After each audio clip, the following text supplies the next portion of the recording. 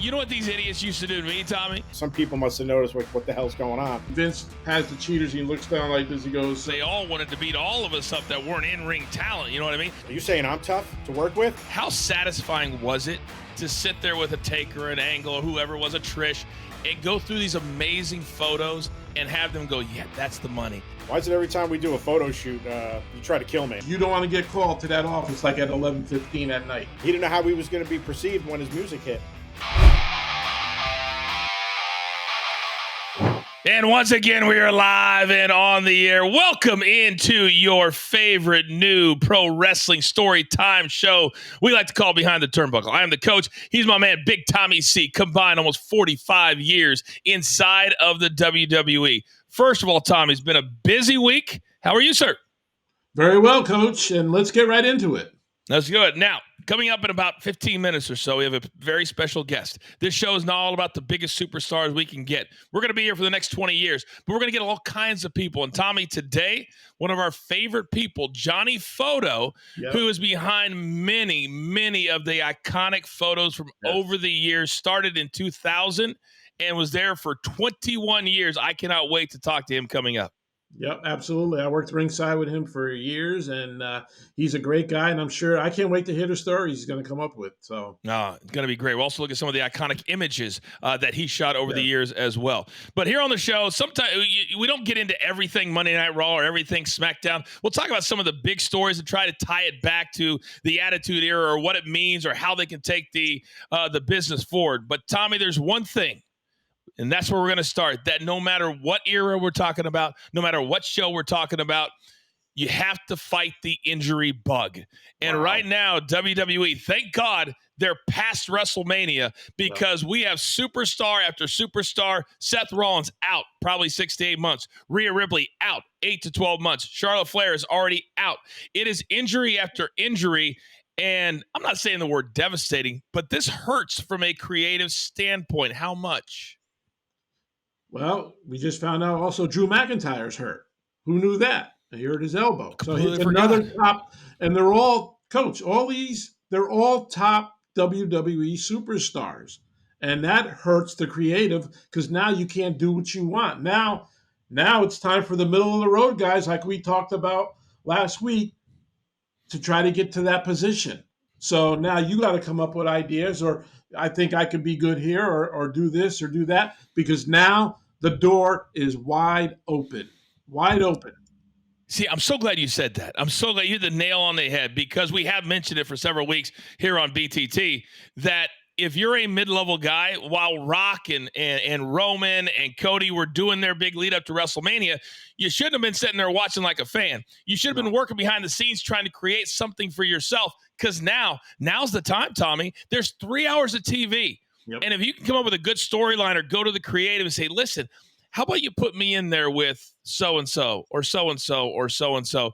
Because if you don't take the bull by the horns and you're sitting on that case all afternoon when they're in there. Now, two things happen. You don't get it, Tommy, and then we see a 35-minute match with somebody, 2 commercial breaks, and I'm like, do we not have enough superstars now? What are we doing? Right. Prime example was he took the bull by the horns, Carmelo. He got drafted, and he challenged Cody. He had the man's getting a main event match, and he just came over. He just got drafted from NXT. That's taking the bull by the horns. And now creative and writers and everybody else, producers saying, hey, this kid's got motion. He wants to make a move here. He just got drafted, and he's already fighting Cody Rhodes. And you have to get out of your own way. You can't just go in there and have average matches, but they also don't have to be bangers. You need to get your character over and make the audience believe that you're worthy of being main event status and being in there toe-to-toe. I'm glad you mentioned Cody Rhodes, because that's probably the biggest name that we're talking about right now.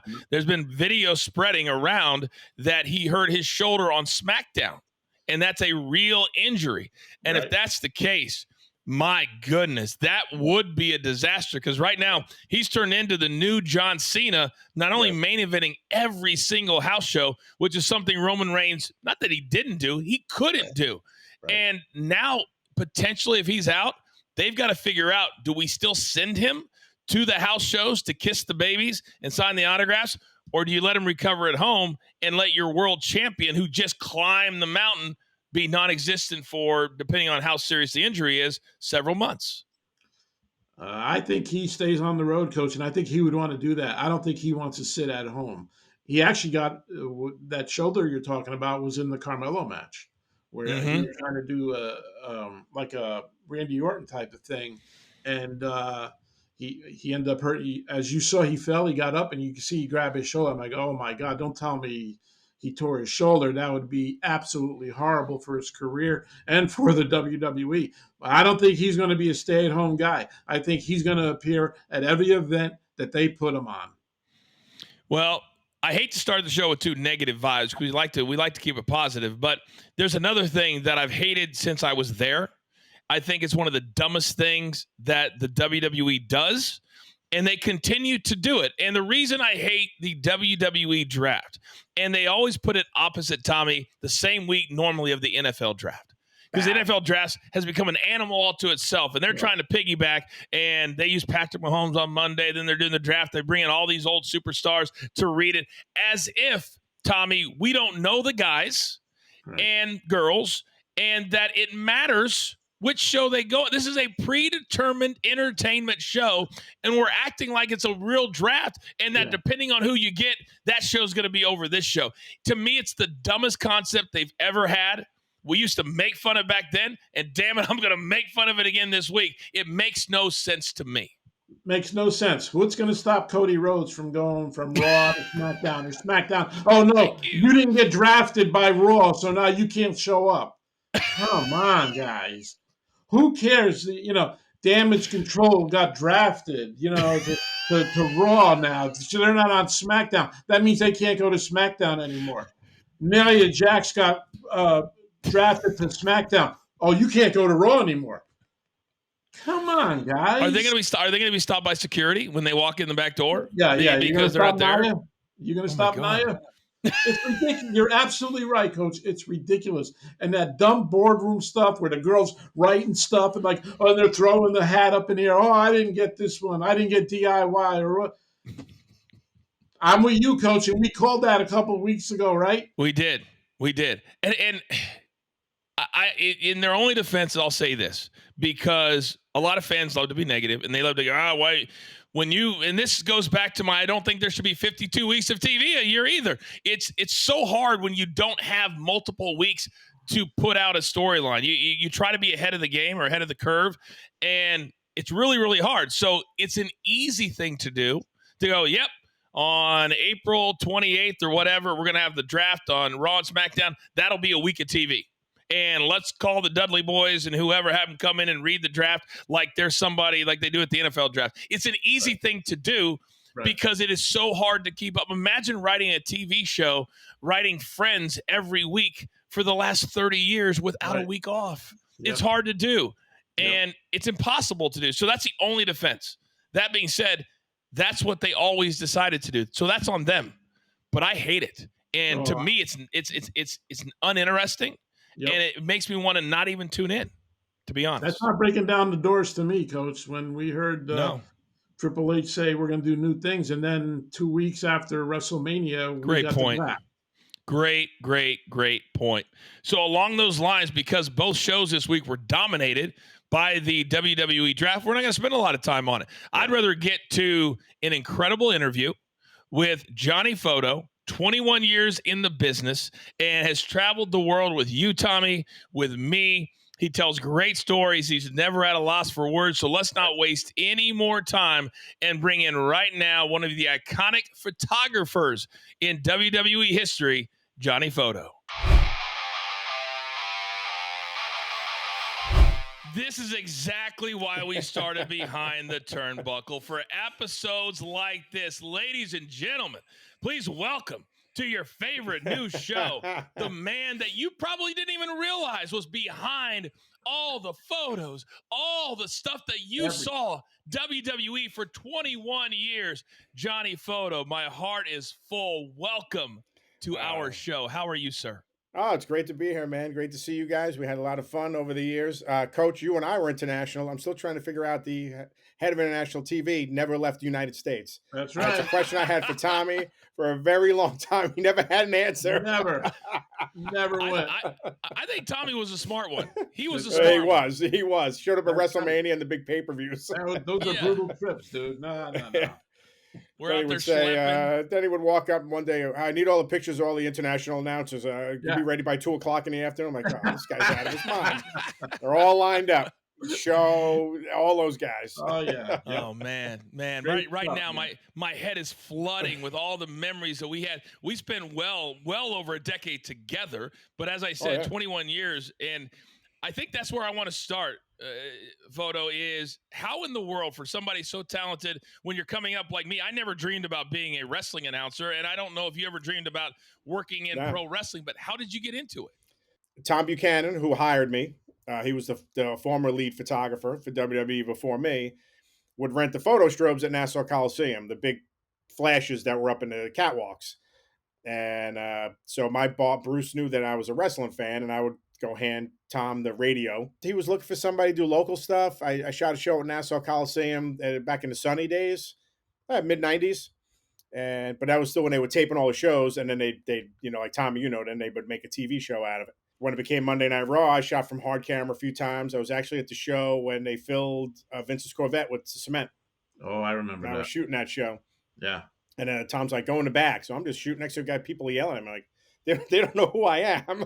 I'm like, I don't know. Tom sent me back here. And then they're like, that Tom is famous for sending the freelancers when he knows the shit's going to hit the fan so he don't get in trouble. Oh. Yeah.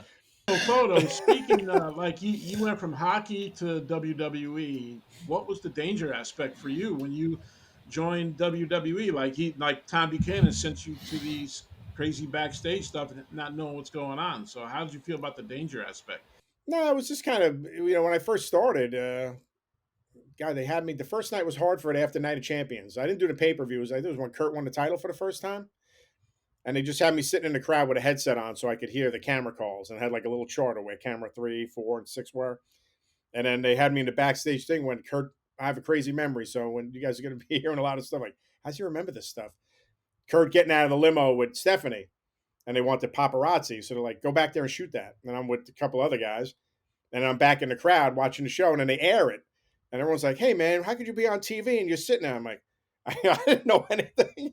Tom looks over, he's shaking his head because now they hear on headset. Like, some people must have noticed, like, what the hell's going on? And someone's like, yeah, continuity. Dude, you can't be in two places at the same time. Like, it's interesting to learn about television because you shoot hockey, you go, here's your position in the corner, shoot the game. You don't care who's around you. You're just focusing on covering the game. Now, this was cameraman. It's a TV show. Get out of the way. And, for Rico's a big boy, Rico's 6'2", 6'3", 2 and change. And try not to get run over by him. It's kind of, you're doing everything, look through the camera in 5 different directions. But I didn't really have any fear of getting hurt or anything. Well, you probably should have, because they all wanted to beat all of us up that weren't in-ring talent. You know what I mean? But you mentioned there, Rico, Kurt Angle. And I used to get this question, Photo, all the time about being around these guys, because on TV, they all look humongous. Who was the most intimidating superstar when you first started working with them that you remember? Undertaker. Oh, why? Well, it was just, when I started, it was basically 1 or 2 of us on the road. We didn't have the studio set up. Like, we evolved into having a studio set up backstage. Studio was only on pay-per-view weeks. And it was usually just Tom, myself, or I'd be by myself. As you know, I'd come hang out in pre-tapes. And we didn't do anything all day until the show started. So I pretty much sat around for 8 to 9 hours, grabbed my cameras, and walked out to the ring for the start of a main event or whatever we were shooting before Raw on, at like 8:30 on Monday night. Right. So we were doing a double shot in Jersey. So for those that don't know, we taped Raw and SmackDown in the same building. And they come up to me and said, hey, you have to take everybody's headshot for the athletic commission. And Rich goes, ha ha, and he just laughs at me. I'm like, what are you talking about? They're like, oh, you'll see. Now they're feeding some of the talent in, and some guys you got to ask. And I was only with the company probably 6 or 7 months, 5 or 6 months. So I didn't really know anybody. Because when you work with them in the studio, that's when you get to know them. Yeah. And I was just the guy hanging around, with his mouth shut, and then went out and took pictures down by the ring. So Taker walked by like one time. I was like, "Hey, can I get you in here?" He's like, "No." And he walked by, and then he did one other time, and then I asked like the third time. He's like, "Nah." I said, "Man, I knew this was going to be tough." He goes, "Are you saying I'm tough to work with?" I'm like, no. I said, "This is tough." Now a bunch of boys are in the hallway. You know how the Meadowlands was, that back hallway where the locker rooms were. Yeah. And there was nowhere for me to hide. I mean, the boys were laughing. He looked at me. I'm like, "Oh man, I am in so much trouble now." And then Rich goes, "You got about 6 months. That's how long he has a memory if he's hot at you." Wow. Wow. A few months later, he came into the studio with Rich. He had to shoot something. He's getting his jacket, and he goes, "See, I'm not tough. I said I'd be in." I'm like, "Oh, I didn't say you were tough." Rich is like, "Just forget it. Just let it go." And then probably a few months after that, everything was cool with him then. Then it was like, it was never happened. You were over. And then, as years went on, he had mellowed out. As time went on, and we were able to joke around with him in the studio. "Take you coming in?" "Yeah, I'm not feeling it today." And then we would work him over without the fear of any retribution. And another funny one with him was when we were in Austin. He has, I guess he lives somewhere outside of Austin, Texas. Always showed up with Michelle and daughter. The studio, we used to share the catering room with, we had the studio set up in the same room. And she came over to take pictures. Michelle goes, "Oh," I said, "Yeah, just have her jump in front of the camera and I'll email you everything." She's doing this Shakespeare and all this Undertaker stuff. Girl is a character. And we're all laughing. So later on, I see him. I said, "I have to be honest. I probably took more pictures of your daughter in the last 10 minutes than we did of you in the last 10 years. He goes, "Sounds about right." And he popped. I think with those guys, like, coaches, once they see you all the time and on the tours and you're on the bus and you're on the plane and you're running around, they respect what you do. They respect the effort that we all put in for the product, to push the talent, push the product. So, hey, Photo, you said he was intimidating. So who's the best to work with? I love Tori Wilson, was always great to work with. She would always come in right away. And Trish was great. You're the only one. Yeah. Kane, Kane was a great guy. Kane, great guy. Yep. We actually did a couple of offsite shoots, and I thought he was going to kill me because one time, well, not really kill me, but we were out in Chicago, and they said, there's this park, we're doing some story about him. It's the middle of the winter, there's snow everywhere, and he was in his getup, and it was freezing. To take these pictures, and then we did the one. I ever sort of picture him with his arms up with all the flames in the background. Yeah. And then there was a magazine cover. It was his 8x10, and so we were in Fayetteville, North Carolina, and the pyro guys were, they're on their glory, just firing these flames up, and I'm like 20 feet away with the camera, and they're shooting video, and we finish, and he comes up to me and goes, "Why is it every time we do a photo shoot, you try to kill me?" I'm like, "I just take the pictures, man. I don't come up with these concepts." Wow. Well, let me tell you. Let me ask you this, Photo, because I know you. I would take a few, but mine were always in suits and stuff. We all have different ways of feeling good about what we do, right? And I think when you're grinding 52 weeks a year, we never had time to stop, but you would, because you would go through one of these photo shoots, whatever it was. It could be crazy, it could be in the studio. How satisfying was it to sit there with a Taker, an Angle, or whoever was, a Trish, and go through these amazing photos and have them go, "Yeah, that's the money. That's the money." What was that feeling like for you?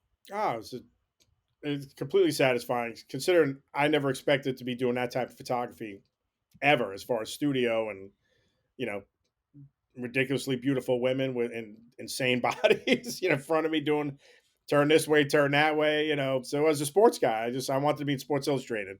That was my dream as a photographer. We even taken an action shot, like on the tours, and once we got switched over to digital, and you're on your computer in the bus, and you're trying to get everything done because you're sending pictures back at 3:00 in the morning, and the talent sees you, and then they look, "Oh man, that's a great shot." And it makes you feel good, awesome. like you've accomplished something, and then you see the picture. Some shots may be used over and over again. And you're like, that will live as long as there's a WWE. That photo will be used. It'll be seen. And I took that. Or it's on a pay-per-view poster when they used to do those big posters. Wow.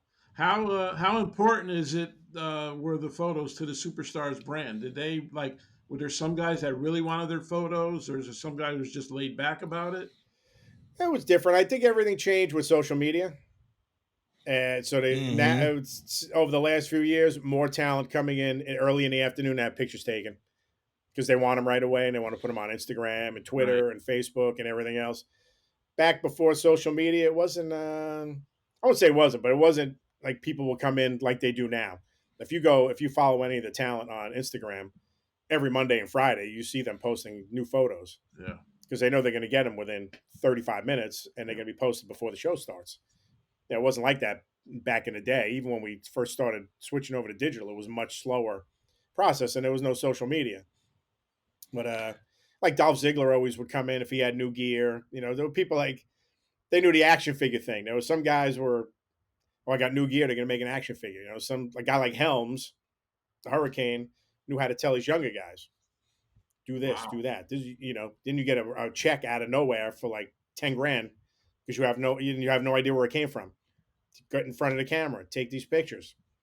They're going to use the scans for the video games. Some guys were smart to that part of the business, where others are like, yeah, whatever. You're right. And those were the dumb ones, photo. Those are the ones that never got it. And that's what I loved about Yep. The Rock, because every single minute of the day, The Rock was always thinking about his own brand, going over photos, going over merch, going over all that kind of stuff. Yeah, But Steve too. yes, Steve was the best or the worst, however you want to Yeah. look at it. But nobody ever sold more than Stone Cold Steve Austin. Yeah, But I I've said told to him, yeah, Go I'm ahead. sorry. Go ahead. I said to him one day, I said, you're not even on TV. You have a new T-shirt. He'd show up every 7 or 8 months. He'd pop. I'd get a pop out of him. He was a guy who was intimidating, and as I got to know him, he was a lot of fun. I would seriously just sit around and shoot the shit with him about all different kind of stuff, like a regular guy. Oh, Just he's a regular dude. Yeah. Dude. I just want to do business. I just want to do good business. Yep. I want to That's do good good. business. Yeah, But I was very chatting with him smart. in Dallas right before that match. He was in the gym in the hotel, and yes, I was in the hotel gym working out. And he came walking in, and we probably had a half-hour conversation about he didn't know how he was going to be perceived when his music hit for that whole thing with Kevin Owens.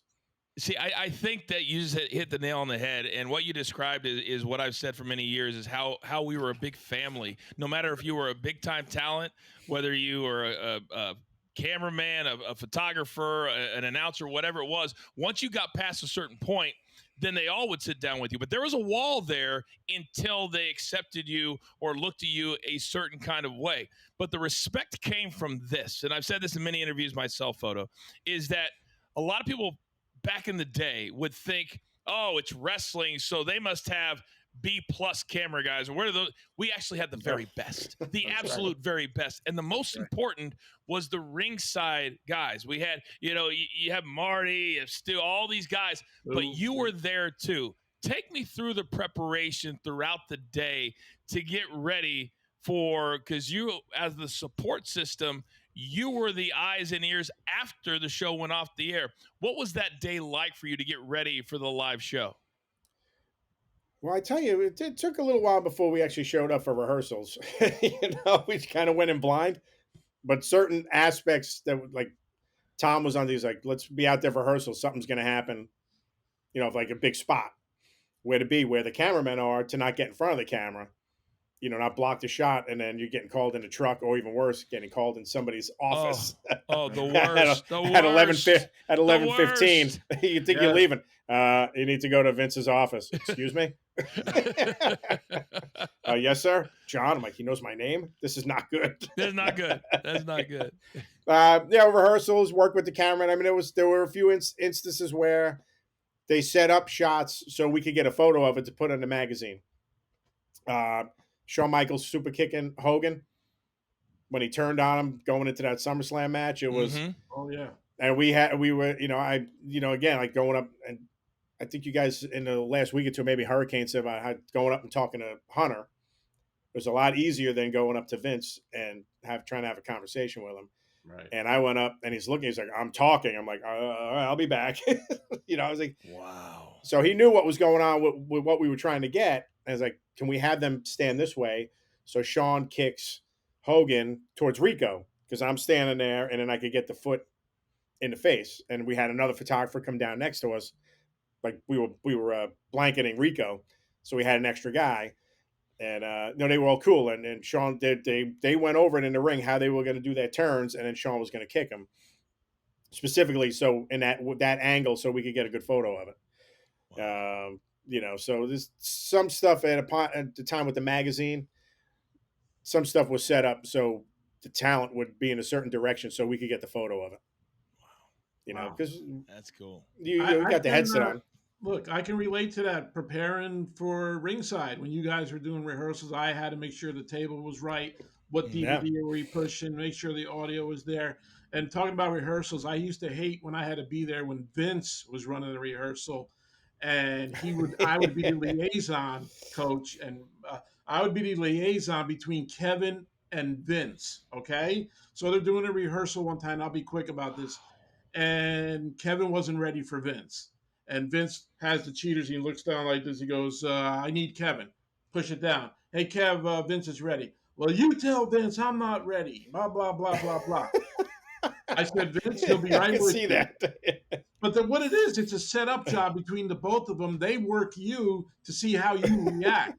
So a couple of times when Vince was ready, I would fake calling Kevin saying, hey, Kev, he's ready, and he'd be right with you. So Vince went, once he took the cheaters off, that's when I knew I had to get Kevin on the line. And then they go through the rehearsal. Just like you, getting that photo shot or whatever you had to do, I had to make sure our tables were right.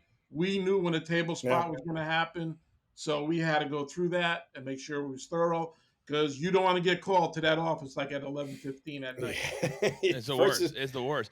So photo, based on what Tommy just said, I like to use the term "I feel for the game," and as I got bigger in my career, I kind of had a feel for where I needed to be. How did you know where to be, especially when you said a lot of times you were going in blind? Well, it was just we shadowed the cameraman. So if I'm on entrance side, I was on Rico's right shoulder, so he can't see me. So I'm kind of looking at him a little while I'm shooting the match, and then it's just back, forth, back. And it's I explained to guys when I was we would train people. I said, this isn't first base photo box at Yankee Stadium. This is a TV show, and that's the way I was taught. You have to. It's this where the money is made in this company. Yeah, we're in a somewhat important part of the whole giant wheel, but it's a TV show. And he said, you see a guy move, you got to move back. And it was the same as if you're on an outside, you see the talent coming to the front of the ring, camera 4, they're sweaty now, but Marty is going to swing around to get that shot on that front angle, step back, and then come around his right. You'll feel the cameraman the more you're working with him. And Rico, I knew exactly how he worked. And, he just went, and you had to be ready. Sweaty would give you a little tap because he could see you. He's this way with the camera, and I'm on his left, and he's at the corner of his eye. He can see us. You're on the right side of the cameraman on an outside. They don't see us because the camera's blocking their view. But Rico, if you bump into him, he would do this. He would always pick the camera. So you never had directors in your ear. You never heard the production. Well, they didn't direct us, but we had the camera calls. We know everything that was happening. Oh, okay. Yeah. So when I first started, Kevin's channel was the same as Kerwin or Timmy. And it was like, as long as your name wasn't the victim, it was funny to listen to. As long as it wasn't Johnny, it was hysterical to hear somebody get shredded. You know what these idiots used to do to me, Tommy? Is if I was like laid out or something, we went to commercial break, they would be there taking the pictures, and then they would be making fun of you while you were laying there and making little jabs and shots at you. And all you can do is lay because you're selling whatever it is that you just took. And I used to kick everybody. I probably kicked you a few times. I walked by and give a little kick. And there's nothing you can do. No. Because then you're going to get yelled at for instance, why are you messing around with photo when you're out there selling a tombstone pile driver? Right. My bad. Oh, exactly. Man. So we used to do that to everybody. We're going to have you on multiple times because we're just getting the show started. Do it to the boys, too. These stories all day. Well, go ahead. What? Yeah. All right. So I used to do it to the boys. If there was certain talent you could get away with it, like they wouldn't give you shit backstage, I would do it. Like Kofi was a cool guy. He could give a little tap. Or next thing you know, you feel your foot and he's untying your shoelaces. Like, what the hell are you doing? They also knew, though. They also knew this, is that if they got over with you, and it wasn't like they were using you or using any of the rest of us, but if you were a talent, and I want to know if you agree or disagree with this. If you were a talent that was super easy, was super fun, and in front of the camera you did whatever, they knew that ultimately it could lead to them growing, the money growing, and them wanting to be used because you liked working with them. Is that true or not true? That's tough to say because we were, I mean, our level with the company, we were, it was like we left the wrestlers, the talent were the jocks. We were like Yeah. the lower end of the AV club because the ringside cameramen ruled the show. Right. And They I did. remember They like did. something happened where you started with one of them and they all stood up and Tom goes, the ringside cameramen run the show. Just so you know that. Don't start with them because you're never going to win. I was like, man, if they coach back down to them, there must be. You're damn right. Because they literally, you talk about sitting around all day, the live camera guys didn't have to do nothing until that rehearsal started. Right. And anybody that complained, you can go sit on the side. Not only did they have to carry the cameras, but they were the money. I remember I used to coach, they're the money. They give us the money. And the money, that's where it all starts. All right, photo, before we let you get out of here, I have 6 photos, legendary photos that you sent in to us. And I want to go one by one and get your take because this is how the business, and I believe you were the eyes and the lens to the most important time in the history of pro wrestling, the Attitude Era, and then in later on than that. So we're going to put them up, and then I want you to kind of take me through your thought process when you saw and you knew how iconic these photos would be. The first one is a fan's photo, and you got this amazing photo of a fan going absolutely bananas, and they are the reason WWE and pro wrestling is what it is. When you get a really good fan photo, did you know it? Oh yeah, and then the company's going to use it because the whole thing was about WWE was we put smiles on people's faces. It was their mantra, and so the people are there spending their hard-earned money and they're entertained and they're leaving saying, "I had a great time and I'll go back when they come to town or I'll travel to WrestleMania." Yeah. I mean, how many countries do people come from? There 40, 45 countries at least show up for WrestleMania, every state. It was crazy. You guys did the whole week. You go to Access or signing somewhere or Make-A-Wishes the whole week of WrestleMania. It's mind-boggling how big 17 was my first. That was my first WrestleMania. Right. 17. That was my second. We were there basically the entire time together, you and I. Yeah, I started October 2000. Wow. And Tommy, from your job perspective, when you would look out into the crowd, you would absolutely help not only the live camera guys, but also the still photo guys. If you saw something really cool or a really cool sign, you could point that out from your spot too, right, Tommy? Absolutely. I would see a fan there and I would smarten somebody up about it. Also, we also had to take care of the security end of it, let security know where they would need to be or anything like that. So my dealing with fans were a little different than his.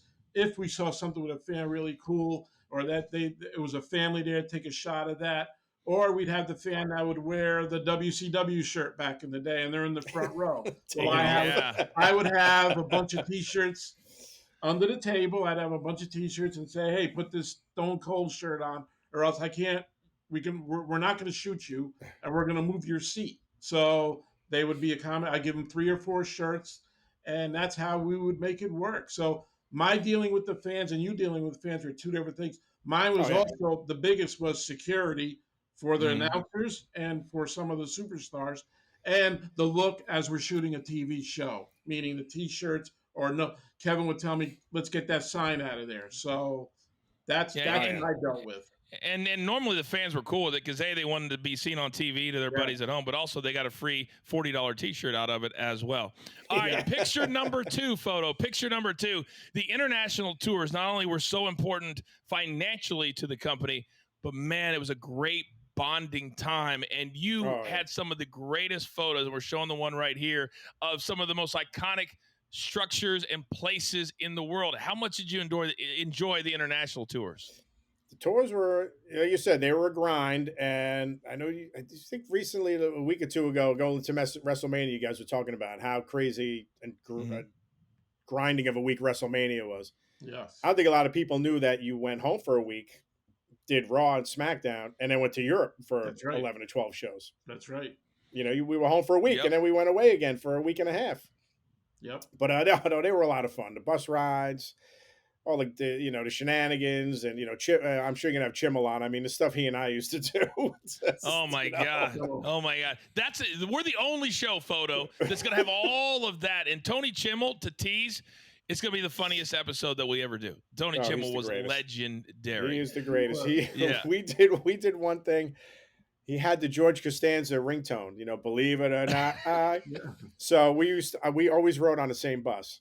And then I would always get threatened with expulsion because I would wind him up all the time. And I would always, Photo, you keep it up, you're out of here. Like, they would literally threaten me, throw me off the bus. So I'm sitting about 5 or 6 rows back. He goes, call me like every few minutes. And he would just let the ringtone. And we're like, answer the phone. What do we don't want to Oh my God. Yeah, Classic Jordan, Chimmel. Joey, call me back. And I would, like, 3 minutes later, I would go, redial. They're all screaming and yelling. Dawn, what? I can't hear you. No, call me back. So we finally get through 2 weeks. He's like, just so everybody knows, that was Photo. Call me the whole time. You son of a bitch. Oh, he'd sell you out. Oh my God. There it is. I thought Kane was going to literally throw me through the window out of the bus. It was so hot. I've never known a human being in any business that was, I don't even want to use the word, that was loved more, but that annoyed more people than Tony Chimmel. Now, photo number best. 3 for Johnny Photo. If you're just tuning in, this is amazing, amazing conversation with the legendary photographer in the WWE, Johnny Photo. This one may be the hardest event to shoot. I was in 2 of them. I was eliminated by the Big Show and by Ric Flair, and it's the Royal Rumble. I love this picture you sent in. How difficult was it when you had so many different spots to pay attention to, and you had all these bodies in the ring at the same time? I tell you, the easiest place to shoot was hard camera. You sit back, you go wide. They always wanted go post to post when you have 20 or 25 guys in, because that's the shot. But ringside, you got the 4 referees on all 4 sides, cameramen, maybe another camera comes down to help out, camera 5. And your head's on a swivel. You just kind of listen to who's next. And you just want to try to find them in the ring. But when there's 16, 17 guys, it's almost impossible. It's crazy. Wow. Yeah. So that was his return when he thought he was retired. He couldn't wrestle anymore. And they kayfabed us. I'm sure you told everybody what that word means. But, nobody told us anything. We had no idea he was coming out. So how do you set up for something you don't know? Like the entrance guy got a great shot of him coming through the smoke. It's been used over and over, but we would have had somebody a little further up because he stopped, paused, and was taking these deep breaths. I'm on the other side of a baseball stadium. I can't get down there fast enough for that and then get back and get out of the way. I was like, dude. But when he got in the ring and did like 4 or 5 spears, they gave him his moment. So I wanted to go wide to show him just looking at, 50, 60,000 people. Were we in Houston, I think? As a guy like him, because again, to go back to the international tours, just quickly when he had to retire, he went on tour because he wanted to say goodbye to the fans.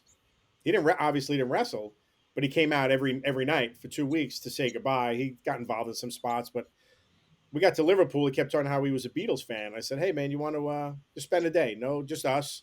I'll try to get a car from the London office, and we'll hit the Beatles Museum and go around. He's like, yeah, dude, that'd be awesome. Awesome. It was just the 2 of us. Went to the Beatles Museum. Guy's driving us around. He's like, hey, we'll stop at this pub that Ringo Starr used to hang out. I'm like, well, what are we going to do there at 12 o'clock? Gonna start drinking? Okay. Guy comes around the corner and he goes, oh my God, it's Edge. They're now a worldwide appeal. Some random guy in Liverpool, England recognizes Adam.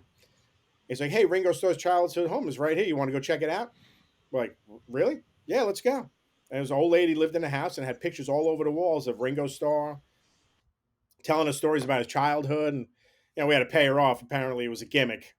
We had to give her money before we left. Let everybody in and tell stories, and here's $20 or whatever. It was $20 in well great British pounds. But that was a great day. It was just the 2 of us. We didn't really talk a lot of wrestling. Just shot the shit about 2 guys out enjoying Liverpool. We went to Penny Lane. We did all that stuff, and it was like probably one of my most satisfying and enjoyable days in my time at WWE.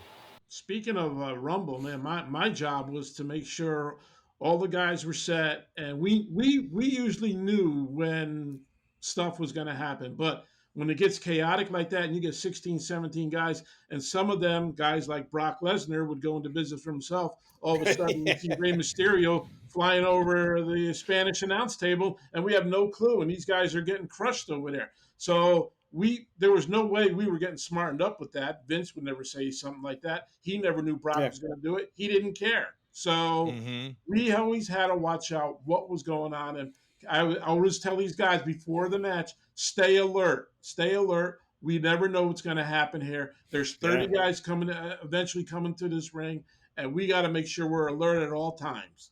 And that was the hard part of Royal Rumble for me, boy. And as hard as that was to deal with, when you're doing a TV show and you're doing something that is predetermined, it's very, very difficult to get an authentic reaction. And that was the only way that we were able to do it and get those photos and, the live stuff down at ringside with Tommy, you and the announcers. Photo number 4. And this is when, for people who don't know the years, WrestleMania 17 was 2001. And that was an incredibly emotional year for a lot of reasons, 9/11 later in the year. But that's when really the company went from being worth like $100 million to almost $1 billion. And marketing became huge.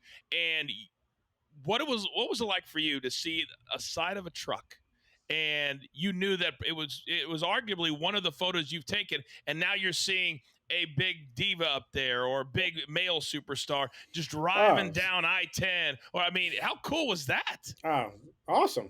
That's why you're an artist or cameraman, photographer, anything. You want to see your work displayed. And they might still have a few on the trucks today. So for some of the older guys, I know there was one, Roddy Piper, that I took that they used over and over again when he came back, like 2005 or whatever. And he put over the photographers. I'm like, oh my God, I grew up I hated him as a kid because he was such a great heel. But now he's in front of he's in front of my camera saying, kids today, they don't understand the importance of photography. But the business was way different back then because TV wasn't what it was. You read the magazines, right? And that they wanted their 8x10s and to be on PWI or whatever other publication. So to have him say that was like, wow. And then he said it to us again another time. We said, why don't can you have a seminar and explain to these younger guys how important photography is to their career? Because you would talk to a blue in the face, they're not coming in. Some of them just didn't care. Hey, when I was on the road, those trucks were generic. There was no pictures of superstars or anything. And that's when WWE started, like you said, Coach, they busted out, started making some big money, said, hey, why don't we advertise on the trucks? We didn't have that. We had Joe generic trucks, man. Just a white truck or a black truck, maybe 15, 18-wheelers, and you never knew. Now you could see people go nuts when they're on the highway and they see those pictures. WWE, truck drivers would tell me how annoying it was. Yeah, the truck drivers would say how annoying it is. They're trying to sleep at a truck stop, and all of a sudden they hear all this noise, and they look out, and there's fans taking pictures in front of like we try to hide around the corner so nobody could find us and get boxed in. When I started, I think the logo was on the back of the trailers. It was WWF then. With the scratch logo was on the back, and that was it. And I don't know what year they started with the photos, but then that became another project for us and the office. Is like, we need updated stuff for so and so. The office has to retouch, get everything ready, give it to creative, the guys on the road, the company that was a whole thing. And what city are they going to come and put all the stickers on? Wow. And if somebody gets released, then why is he still on? Like, well, you can't just take a razor blade and go like this, cut it off and put another one on. It all has to be done to a 55-foot long piece of sticker. Incredible. It's also incredibly expensive. All right, we've got time for 2 more quick photos, and these were amazing. These are iconic, and the first one is the shot from you down low, and Rikishi is coming right towards your camera off the top of the cell. And after Mick Foley did his, it was always like, can we even top that? Should we even try to top that? That photo I've seen literally a million times. It's up right now. What was that moment like? It's seems to get a second life because he interviewed about it. I think Rikishi did some online interviews about how his wife was going to strangle him when he said he was getting thrown off the cell. But you know what? I don't even know if we were out there for rehearsal. I think it just kind of happened, and I had got my timing, thankfully, just right where he's halfway down. But then I was the first. I was with the company, I guess, about 2 months, and I was outside the cell. Tom was inside, And then after Tom had left, then I was the guy inside pretty much every cell match after that. I worked the inside and I had the other guys stay outside. But yeah, that was crazy. Like, you hear them going, he's working on top, and then it's filmed, so you don't know until 2 days later, 3 days later after the lab processes it, what you got. Oh. And then it's, John, you got a great shot. Rikishi's flying halfway down, and they send it to you like, damn, dude, that's one of those photos that's will last forever in the history of wrestling, sports entertainment, whatever you want to call it. So it's cool to get something like that. I want people at home right now who are watching and understand and really like this show why this show is so important, because life is about moments and life is about being in those moments. And imagine if you're at home and you get a chance to do what Johnny Photo has done. You're inside with the Undertaker, one of the iconic of all time, inside the Hell in a Cell, inside all of that. But then we all were there.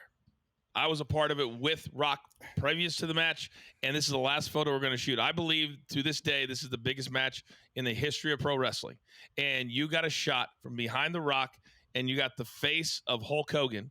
And I'll never forget, there was one of the maybe 3 matches in my career where I walked out onto the floor to watch the entire performance, and that's what it was. It was virtuoso for 45 minutes. Take me through that photo and what it was like to be able to be out there and be involved in the biggest match of all time.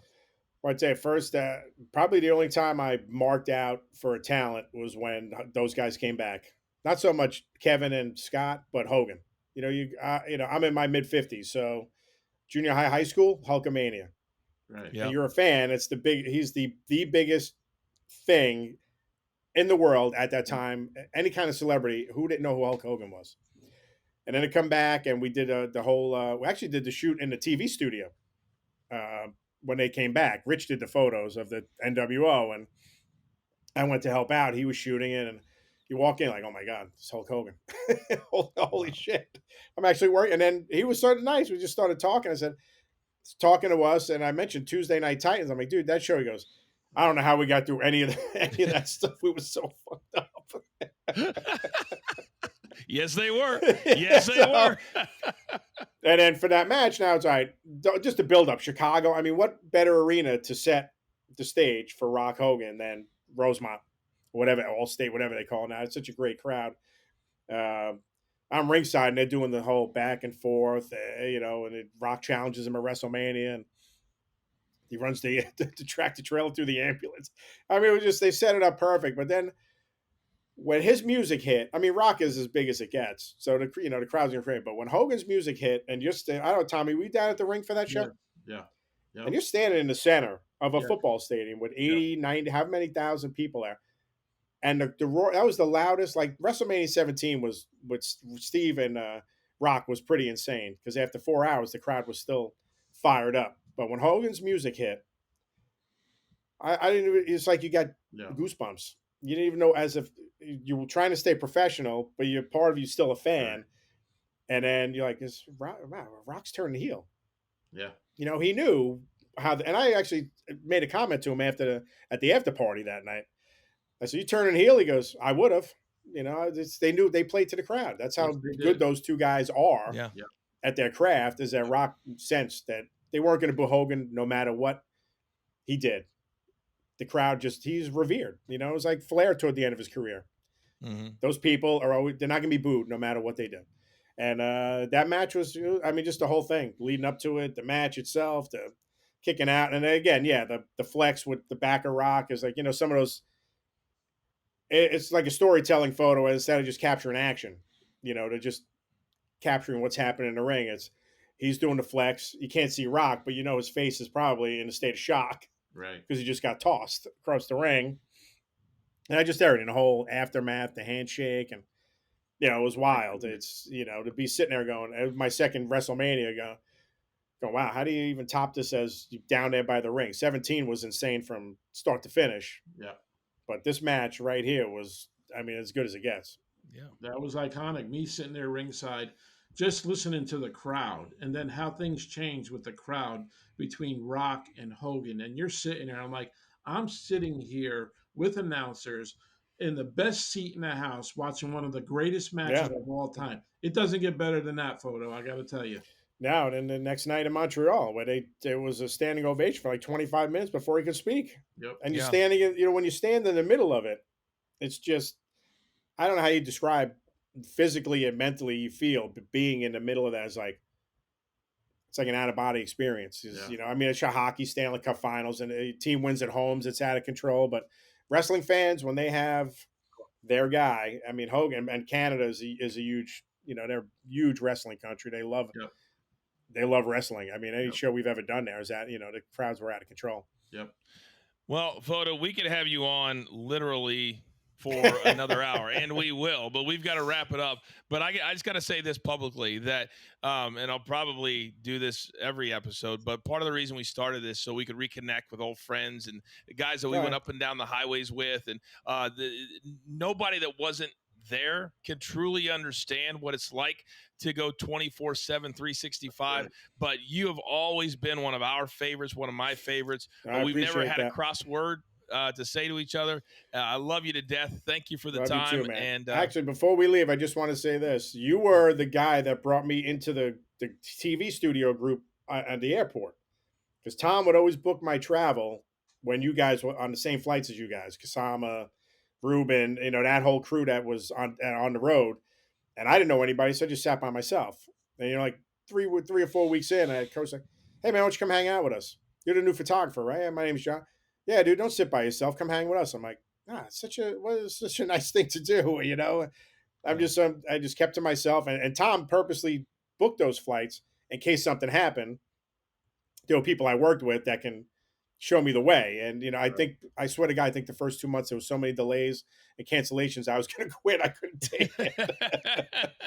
I'm like, I can't drive to LaGuardia, turn around, go back to Huntington, and then come back the next morning.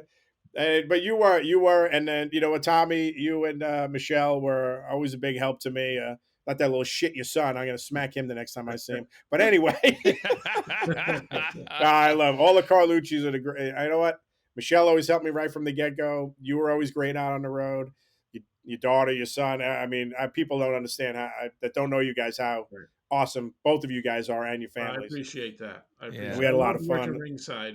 You, me, Chimmel, Mark Yeaton back in the day. Oh, yeah. It was just a laugh. It was so much fun. Pre-tapes room, and I get thrown out. Oh, I told somebody it cost me like $70 a pizza because I got I went to court. I went to court because I called you guys a bunch of stupid idiots. Somebody stooged me off. I went to trial. I got screamed at. I'm trying not to laugh. And then it got worse. Next thing you know, you're buying pizza in Oklahoma. I was Oklahoma City. I gotta leave the building. I walked down the road. I got all this pizza. I said, I got in trouble. I went to court and I was found guilty. We're gonna do an entire episode on pre-tape room court that got bigger than wrestlers court. We're gonna do an entire episode because we had a 100% conviction rate in pre-tape room court. We loved our pizza. All right, we got to fly. Photo, you're the best. Thank you, buddy. And we'll see you down the road. Thank you, guys. Man. Thank you. Great seeing you. Great talking. My goodness, Tommy, how good was that? How good was that? Man, he blew my mind. Man, he takes you right back. Yes, he takes you right back. Absolutely. Yep. Story time. Man. He told more stories than you could shake a stick at. And that's what this show is all about, Coach. Nobody else can get guys like him. We worked with this guy. We saw what he did. And by the way, a hell of a great photographer, man. Getting some of those shots on money, it's so hard. And the way he talked about the cameraman and everything like that, it's like a dance. You know what I mean? You're over here, I'm over here. Incredible. And he undersold. He undersold the pressure, Tommy, that he was under. Try to imagine. And for those of you maybe tuning in for the first time, we talk about Vince McMahon on this show, despite what he's done, because he was a part of these stories. We don't agree with it, but he was a part of the stories. So we're not going to apologize for that. But when you know and they know the money of the match or the facial that you got to get, and you want to see it in the magazine or on the website as things evolved and digital evolved, if he didn't get it and the guys that he worked with didn't get that shot, you can't go back and get it. There's only one chance. That's right.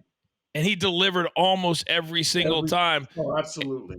And then you become one of the boys. That's the other thing. And we'll talk about it from time to time. But there's a clear divide between what we call the office, Right. and being one of the boys. And when you're out on the road, that's the only way you can become pseudo one of the boys. And the Undertaker had to be the guy to welcome you into that side of the fence. Otherwise, Right. you couldn't hang around him. Yep. And Photo became one of those guys because they knew, Tommy, that if he was good with you and you were good with him, he was going to go the extra mile because he's a professional and he loved doing that for people. That's right. And all of a sudden you get that money shot. You get Boy. that money shot, man. Boy. Incredible. Yep. Incredible. That is story time right here on Yes, it BTT. is. All right, Tommy, before we get out of here, a couple of big time teases. So next week's guest, one of the great personalities, he has his own show on TMZ. One of his best friends is Rob Gronkowski. The great MoJo Rawley will be here on the show. I can't wait to talk to him, man. Yeah. You excited? I'm excited, man. He reminds me of a mini Gronk kind of. Not mini so much, but he reminds me a lot of Gronk, and they're pretty good friends. So they are. He's the reason that Gronk came and participated in the Andre the Giant Battle Royal. That's few years ago. I was at ESPN. I was there for it. So can't wait to hear MoJo's stories. And then, Tommy, I don't know if I should give, I'm not going to give it away, but I'm just going to say this. In 2 weeks, the guest we have here on the show, over 4 million followers on Instagram, over 10 million followers across all platforms. Wow. And he's going to be right here telling us about his love for the business. And he was also a part of WrestleMania in Philadelphia, and he will be a guest here on the show. I'm not going to give it away. People can figure it out, but that's going to be a big-time episode for us. Can't wait. Unbelievable. Well, that's going to do it for us. Hopefully you enjoyed all the stories from Johnny Photo and take you back down memory lane from the early 2000s all the way up, basically until today. That'll do it for this week's episode. Be sure to subscribe to the channel if you don't already. Hit that like button, and please share to the world. We're going to be here for many, many, many years to come to simply enjoy some time every single week with you. So for Producer Man, for my man Big Tommy C, I am the coach. We'll see you next week right here on Behind the Turnbuckle.